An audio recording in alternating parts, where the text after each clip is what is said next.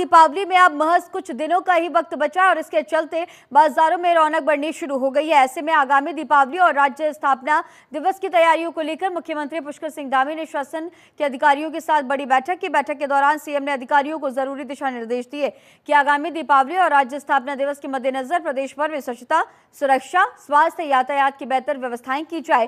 बैठक के दौरान सीएम ने निर्देश दिए कि दीपावली के पर्व पर यातायात प्रबंधन का विशेष ध्यान रखा जाए ताकि लोगों को आने जाने में किसी भी तरह से परेशानी न हो।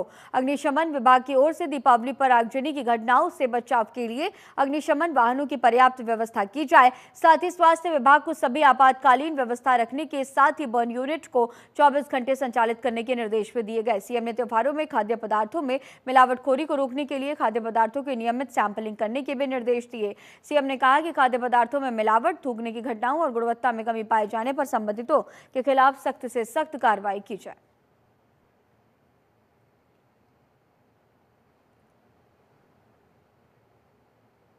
उत्तराखंड में विधानसभा उपचुनाव की तैयारियां जोरों शोरों पर चल रही हैं। केदारनाथ सीट पर उपचुनाव होने हैं। सूत्रों के हवाले से यह खबर आ रही है कि उपचुनाव के लिए बीजेपी कल घोषित प्रत्याशी का नाम घोषित है। केदारनाथ उपचुनाव के लिए बीजेपी में प्रत्याशी की तस्वीर रविवार तक साफ होगी। पार्टी ने 28 अक्टूबर को प्रत्याशी के नामांकन का फैसला लिया। नामांकन के दौरान मुख्यमंत्री पुष्कर सिंह धामी, गढ़वाल सांसद और बीजेपी के राष्ट्रीय प्रभारी अनिल बलूनी, प्रदेश अध्यक्ष महेश भट्ट समेत कई वरिष्ठ नेता नामांकन के दौरान मौजूद रहेंगे। केदारनाथ उपचुनाव के लिए 29 अक्टूबर को नामांकन की आखिरी तारीख है।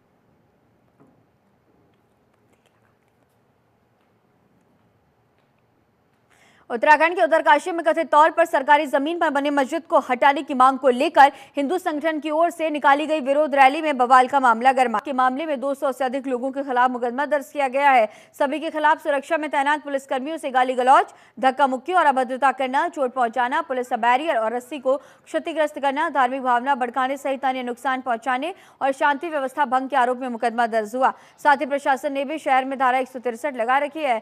आपको ये भी बता दें कि उत्तरकाशी के बाड़ाहाट क्षेत्र में एक मस्जिद की वैधता को लेकर संयुक्त सनातन धर्म रक्षक दल ने रैली निकाली थी। रैली के लिए पुलिस प्रशासन ने रूट और समय दोनों निर्धारित किए थे, लेकिन प्रदर्शनकारी अपने तय रूट से के बजाय दूसरे मार्ग से जाने लगे और इसीलिए पुलिस ने प्रदर्शनकारियों को बीच रास्ते में ही रोक दिया। इस दौरान प्रदर्शनकारियों और पुलिस के बीच नोकझोंक भी हुई। इसी दौरान किसी ने पुलिस पर पथराव कर दिया, जिसके बाद स्थिति और तनावपूर्ण हो गई। वहीं एसपी अमित श्रीवास्तव ने जनता से भी अपील किया कि वो शांति व्यवस्था बनाए रखने में पुलिस का और प्रशासन का सहयोग करे।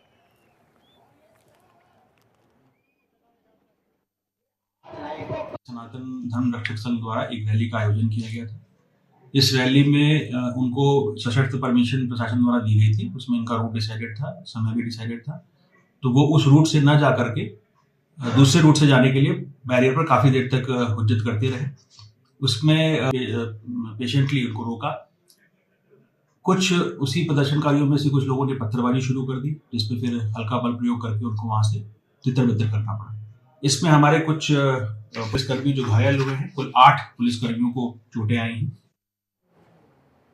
हरिद्वार जिला जेल से फरार एक विचाराधीन कैदी रामकुमार को पुलिस ने दबोच लिया है। जगाधरी सिटी थाना पुलिस ने आरोपी रामकुमार को हरियाणा के यमुनानगर में चाकू के साथ घूमते गिरफ्तार किया। कैदी के गिरफ्तार होने की सूचना मिलने पर सिडकुल पुलिस जगाधरी के लिए रवाना हो गए हैं। उधर दूसरे सजायाफ्ता कैदी प्रवीण वाल्मीकि गैंग के शूटर पंकज को दबोचने में हरिद्वार पुलिस अभी भी हाथ पैर मार रही है।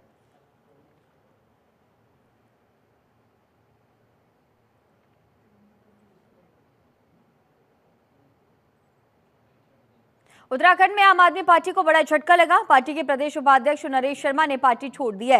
हरिद्वार प्रेस क्लब में प्रेस कॉन्फ्रेंस करते हुए नरेश शर्मा ने अपने पद से इस्तीफा देने का ऐलान किया। नरेश शर्मा ने इस्तीफा देने का कारण अरविंद केजरीवाल की गलत नीतियों बताया। उन्होंने कहा कि अरविंद केजरीवाल ने जिन लोगों को भ्रष्टाचारी बताया था, केजरीवाल उन्हीं के साथ गठबंधन में शामिल हुए। साथ ही देश विरोधी गतिविधियों का समर्थन करने वाली आतिशी को दिल्ली का मुख्यमंत्री बना दिया गया, जिसे स्वीकार नहीं किया जाएगा। आपको ये भी बता दें कि नरेश शर्मा 2022 में हरिद्वार ग्रामीण विधानसभा से आम आदमी पार्टी के टिकट पर चुनाव लड़ चुके हैं।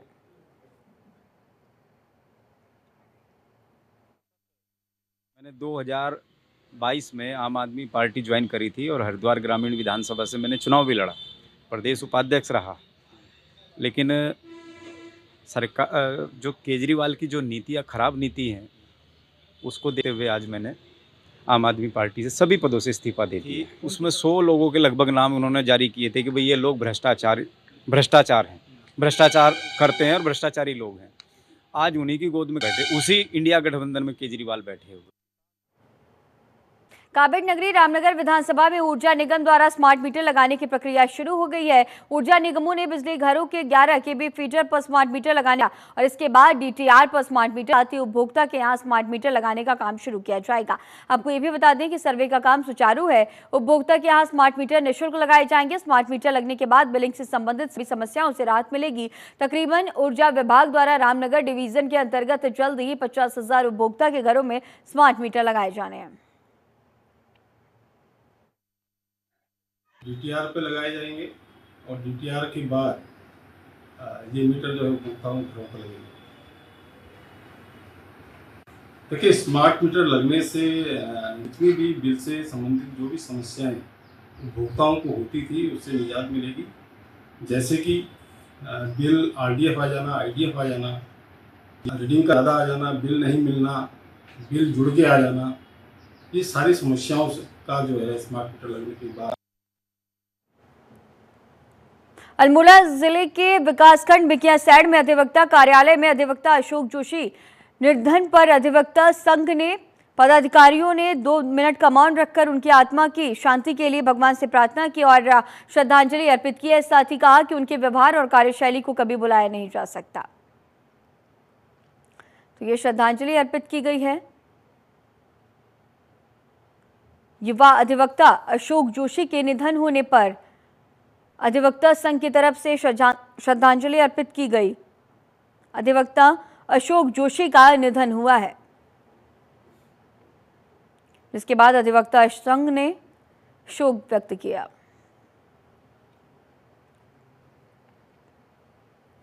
दीपावली के त्यौहार को देखते हुए हरिद्वार में खाद्य सुरक्षा विभाग ने मिठाइयों की गुणवत्ता पर कड़ी निगरानी के लिए व्यापक अभियान शुरू किया। बाजारों में मिलावट की आशंका को रोकने के लिए विभाग द्वारा लगातार सैंपलिंग और छापेमारी की जा रही है। इस अभियान के अंतर्गत स्वास्थ्य विभाग की अपर सचिव अनुराधा पाल ने हरिद्वार का दौरा किया और खाद्य सुरक्षा अधिकारियों के साथ विशेष बैठक आयोजित की। इस बैठक में उन्होंने विभागीय अधिकारियों को निर्देशित किया कि मिठाई विक्रेताओं पर कड़ी निगरानी रखी जाए ताकि त्योहार के दौरान मिलावटी मिठाइयों का बाजार में प्रवेश न हो। उन्होंने ये भी कहा कि हर दुकान से अधिक सैंपल लेकर जांच प्रक्रिया को तेजी से पूरा किया जाए ताकि आम जनता को शुद्ध और सुरक्षित खाद्य पदार्थ मिल सके। मिलावटखोरी बहुत ज़्यादा बढ़ जाती है। मिठाइयों की खपत बहुत ज़्यादा मार्केट में है और उतनी जो हमारी डिमांड है वो पूरी हमारी सप्लाई नहीं हो पाती। तो तरह तरह से आसपास के बॉर्डर एरिया से जो नकली मिठाइयाँ जो स्वास्थ्य के लिए बहुत हानिकारक है वो आने की संभावनाएं बनी रहती हैं। तो उसके दृष्टिगत हम आज इस बार बहुत ज़्यादा संवेदनशील हैं। पिछले साल का अगर हम कंपैरिजन करते हैं तो इस बार हमारे जो सैंपल्स हैं वो बहुत ज़्यादा अनसेफ आए हैं। तो हम इसी को ध्यान में रखते हुए ज़्यादा से ज़्यादा सैंपलिंग बढ़ाने पर कोशिश कर रहे हैं, ज़्यादा से ज़्यादा इंस्पेक्शन कर रहे हैं ताकि जनता में एक हेल्थ के लिए बहुत पॉजिटिव मैसेज जाए और हाइजीन को लेकर एक मैसेज जाए और जितनी भी ये मिलावटखोरी वाली चीज़ें हैं उन पर एक अंकुश लगे। लेकिन ये भी है क्योंकि हमने सैम्पलिंग बहुत ज़्यादा बढ़ा दी है। हम विशेष अभियान हमने चलाया, जब हम देख रहे जन्माष्टमी पर विशेष अभियान चलाया, रक्षाबंधन पर विशेष अभियान चलाया, अभी नवरात्रों के दौरान विशेष अभियान चला, अभी दिवाली पर विशेष अभियान चला। तो जितनी ज़्यादा हम सैम्पलिंग करेंगे उतना ज़्यादा हमारा हमें अनसेफ प्रोडक्ट भी मिलेंगे। तो इसका दोनों ही तरफ से हम देख सकते हैं।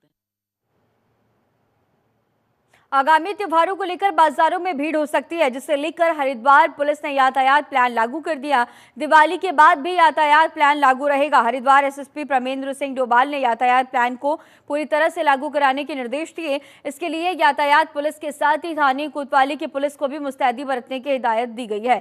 हरिद्वार की उपनगरी ज्वालापुर क्षेत्र के प्रमुख बाजार से लेकर तिराहे चौराहे पर पुलिस फोर्स की तैनाती कर दी गई। हरिद्वार एसएसपी ने बताया कि यातायात प्लान 29 अक्टूबर से 2 नवंबर तक लागू रहेगा। बताया ये भी गया कि सिंहद्वार से जगजीतपुर चौकी तक 8 बजे से रात 10 बजे तक भारी वाहन पूरी तरह से प्रतिबंधित होंगे और इसी तरह हरिलोक तिराहा जटवाड़ा पुल से लेकर सेक्टर 2 भेल बैरियर तक भी ये व्यवस्थाएं लागू रहेंगे। तो भारी वाहनों का प्रवेश बंद किया गया। यातायात व्यवस्थाओं को पूरी तरह से बदला गया है। 29 अक्टूबर से 2 नवंबर तक ये प्लान लागू किया गया है।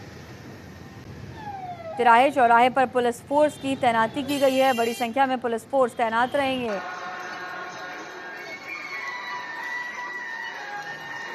आगामी धनतेरस और दीपावली के मद्देनज़र हरिद्वार पुलिस के द्वारा एसपी ट्रैफिक के नेतृत्व में एक ट्रैफिक प्लान लागू किया गया है, जिसमें जो नए पार्किंग स्थल हैं वो चिन्हित किए गए हैं। साथ में जहां तक जो गाड़ियों के एक्सेस है उसको निर्धारित किया गया है, वन वे सिस्टम लागू किया गया है। इन सभी चीज़ों को ध्यान में रखते हुए जितने भी हमारे हरिद्वार के वासी हैं या बाहर के जो भी यात्रीगण यहाँ आएंगे वो उस ट्रैफिक प्लान को एक बार ज़रूर देख लें। किसी भी तरीके का कोई भी आपको असुविधा ना हो, कोई भी अव्यवस्था ना हो, उसको हरिद्वार पुलिस इस पर भी हम लोग ध्यान रखेंगे। लेकिन किसी भी प्रकार का जो भीड़ का दबाव है उसको नियंत्रित करने के लिए जो ट्रैफिक प्लान है उसको आप प्रॉपर सभी लोग उसको फॉलो करने के लिए हमारा सहयोग करें। दीपावली को लेकर आबकारी विभाग अलर्ट मोड पर है। जिला आबकारी अधिकारी के निर्देशन पर आबकारी टीम ने बिकियासैड़ क्षेत्र के अंतर्गत अवैध मादक पदार्थों की तस्करी पर अंकुश लगाने के लिए छापेमारी अभियान चलाया। साथ ही अंग्रेजी और देशी शराब की दुकानों का औचक निरीक्षण भी किया गया और इसके साथ ही दुकान स्वामियों को दुकान के बाहर रेट लिस्ट लगाने सहित अन्य नियमों के पालन करने के निर्देश दिए गए। साथ ही उन्होंने ये भी बताया कि आबकारी टीम द्वारा लगातार चेकिंग अभियान और चालानी कार्रवाई जारी रहेगी। तो ये बड़ा एक्शन लिया जा रहा है। दुकानदारों को हिदायत दी गई है, नियमों का पालन करने के निर्देश दिए जा रहे हैं और किसी भी तरह की कोई भी लापरवाही नहीं बरती जाएगी। तो आबकारी विभाग पूरी तरह से त्योहारों को लेकर के अलर्ट मोड पर है। किसी भी तरह की कोई भी जो लापरवाहियां हैं वो नहीं बरती जाएंगी और नशीले पदार्थों को लेकर के ये छापेमारी अभियान चल रहा है। अलग अलग जगहों पर छापेमारी अभियान की चलाए गए। शराब की दुकानों का औचक निरीक्षण किया गया है।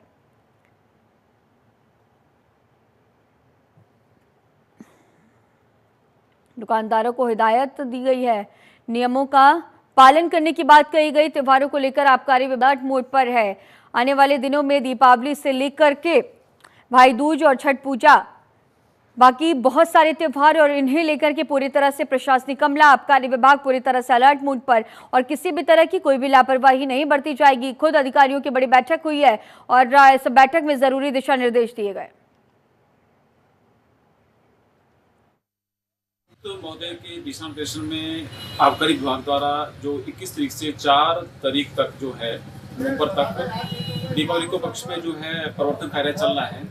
क्षेत्र 3 क्षेत्रीय आबकारी अधिकारी में मेरे द्वारा भी क्षेत्र में संवेदनशील क्षेत्रों में छापेमारी की जा रही है और कल एक 18 बल्क लीटर शराब जो है अपहृत मृदा जो है वो जब्त की गई थी और उसमें धारा 60 में एक व्यक्ति का चालान भी किया गया था। आज एप्पल 5D एप्लीकेशन के आकर उसको कंजप्शन भू पंजिका को चेक किया गया है।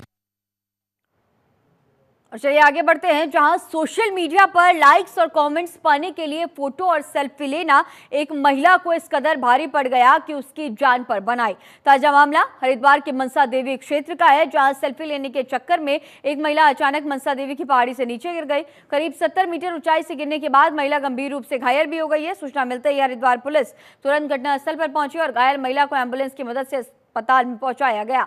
गंभीर हालत के चलते महिला को डॉक्टरों ने हायर सेंटर रेफर कर दिया है। मुजफ्फरनगर से हरिद्वार की महिला आई हुई थी और इसी दौरान वो सेल्फी ले रही थी।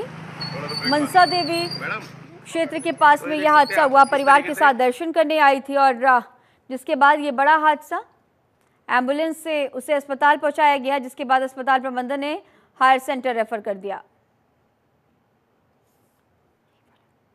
सोशल मीडिया पर लाइक और कमेंट पाने के लिए फोटो और सेल्फी लेना एक महिला को काफी भारी पड़ा है कि अब उसकी जान पर बन आई। ताजा मामला हरिद्वार के मनसा देवी क्षेत्र का है। तस्वीरें भी आपकी टीवी स्क्रीन पर, जहां सेल्फी लेने के चक्कर में एक महिला अचानक मनसा देवी की पहाड़ी से नीचे गिर गई। करीब 70 मीटर ऊंचाई से गिरने के बाद महिला गंभीर रूप से घायल हो गई है। सूचना मिलते ही हरिद्वार पुलिस तुरंत घटनास्थल पर पहुंची और घायल महिला को एम्बुलेंस की मदद से जिला अस्पताल पहुंचाया गया। गंभीर हालत के चलते उनको डॉक्टरों ने हायर सेंटर रेफर कर दिया है।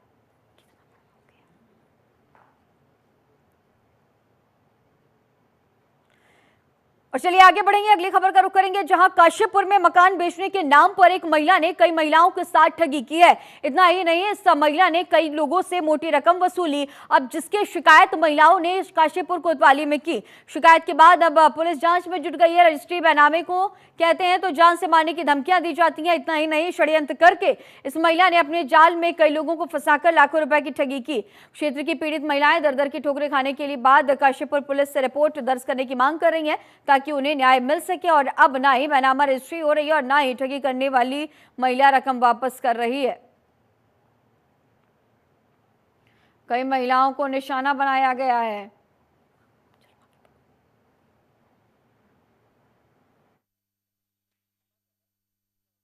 कोतवाली में अब थोड़ा पूछताछ चलिए, सर पूछताछ कर रहे हैं उससे। अब देखो क्या होता है आगे, नतीजा पैसे देती है फिर क्या करती है, कुछ समझ में नहीं आ रहा अभी तक तो। अब जिसके पैसे ठगे थे वो सारे लोग यहाँ पे मौजूद हो चुके हैं। इसने हमसे मकान पे पैसे लिए 7,30,000 रुपये, ठीक। और वो मकान अपना कई लोगों को सेल कर चुकी है, सबसे पैसे ले चुकी है मकान के नाम पर, ठीक है। अब मुझे पता चला किसने वो रजिस्ट्री किसी और के नाम करा दी। लिखा हुआ था कि ये मकान बिका हुआ है। बबीता देवी उनका नाम है जिनका मकान है। उनसे सौदा हुआ था मेरा 14 लाख में, और उन्होंने पैसे भी ले लिए हैं और ना ही मकान नाम करवाया है। कई जगहों से उन्होंने ठगी कर चुके हैं वे, कि जब भी जाते हैं ना तो घर पे मिलती हैं, और उनके बच्चा जो उनका लड़का है मोहित नाम का, वो हमें डोकी देता है। काशीपुर में चोर बेखौफ होकर वारदात को अंजाम दे रहे हैं और पुलिस को खुली चुनौतियां दे रहे हैं। आपको ये भी बता दें कि एक स्कूल प्रबंधक के घर को शातिर चोरों ने निशाना बनाया और ताला तोड़कर करीब 4 लाख की जेवरात और 2,50,000 नकदी पार कर दी। स्कूल प्रबंधक का परिवार रिश्तेदारी में गया हुआ था। पीछे से चोर ने घर में घुसकर वारदात को अंजाम दिया। घर पहुंचने पर स्कूल प्रबंधक को चोरी का पता चला, जिसके बाद उसने पुलिस को शिकायत दर्ज कराई है। वहीं घटनास्थल पर पहुंची पुलिस मामले की जांच पड़ताल में जुटी हुई है। तो रिश्तेदारी में ये पूरा परिवार गया था, जिसके बाद स्कूल प्रबंधक जब घर अपने वापस लौटे तो उन्हें इस बात की जानकारी हुई। पुलिस से बेखौफ ये चोर नजर आ रहे हैं। काशीपुर का ये पूरा मामला, तस्वीरें भी आप देख सकते हैं कि किस तरह से चोरी की गई है। पूरा सामान, जेवरात तक चोरी किए गए हैं, लाखों का सामान, कैश भी चोरी की गई। स्कूल प्रबंधक के घर पर यह चोरी हुई है। नकदी और जेवरात लेकर के चोर फरार हो गए हैं। तो ये अहम जानकारी काशीपुर से, जहां रिश्तेदारी में ये पूरा परिवार गया हुआ था, जिसके बाद जब वो वापस अपने घर पर लौटते हैं तो देखते हैं कि उनकी जो ज़रूरी चीज़ें हैं, जो उनका कीमती सामान है, वो चोरी हो गया। पुलिस से ये चोर बेखौफ नज़र आ रहे हैं। स्कूल प्रबंधक के घर पर ये पूरी चोरी की वारदात को अंजाम दिया गया। चोरी की घटनाएं सामने आई हैं। तो ये अहम खबर, जहां नकदी और जेवरात लेकर के चोर फरार हो गए हैं। उत्तराखंड के काशीपुर का ये पूरा मामला, जहां काशीपुर में चोर फरार हो गए।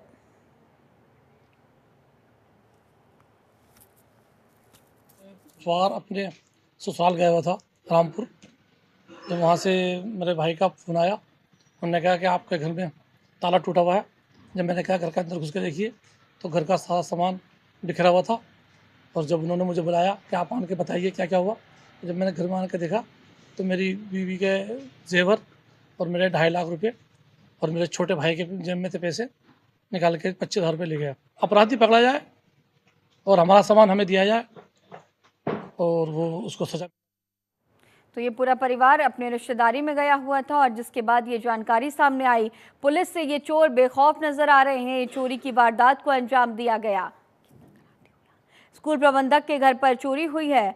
अपने रिश्तेदार के घर ये स्कूल प्रबंधक का पूरा परिवार गया था, जिसके बाद जब वो वापस लौटे तो चोर नकदी और जेवरात लेकर के फरार हो गए। और ये तस्वीरें भी आप देखिए, लाखों का सामान लेकर के चोर फरार हो गए हैं। लाखों रुपए नकदी लेकर के चोर फरार हो गए। पूरे घर की हालत देखिए कि किस तरह से ताला तोड़ा गया पहले और सारे सामान की चोरी की गई है।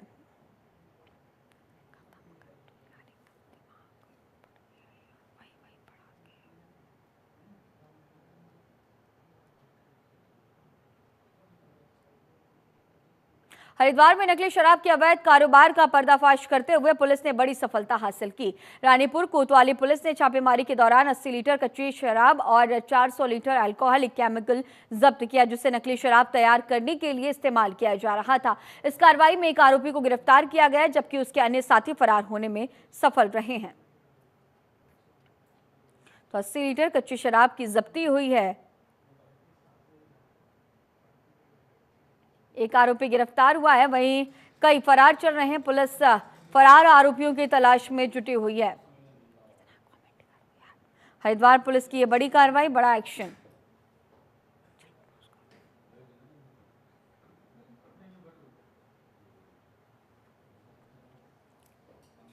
है, कानपुर का ये मूलतः रहने वाला है और यहाँ पर ये एक नकली शराब बनाने का काम पिछले कुछ समय से कर रहा था। पुलिस को ये सूचना जब प्राप्त हुई, इसके पास से करीब 4 ड्रम नकली शराब, जिसको करीब 800 लीटर शराब, साथ में जो इसका जो अल्कोहल का जो केमिकल है वो, और करीब 1000 जो सब हमारे रॉयल स्टैग के बॉटल्स और ढक्कन हमें इसमें प्राप्त हुए हैं। उनको पुलिस ने कब्जे में लिया है और ये व्यक्ति अभी पुलिस ने इसको हिरासत में लिया है। इसमें अन्य जो लोग हैं जो इस पूरी नेक्सस में जुड़े हैं उसके खिलाफ हम लोग कार्रवाई कर रहे हैं।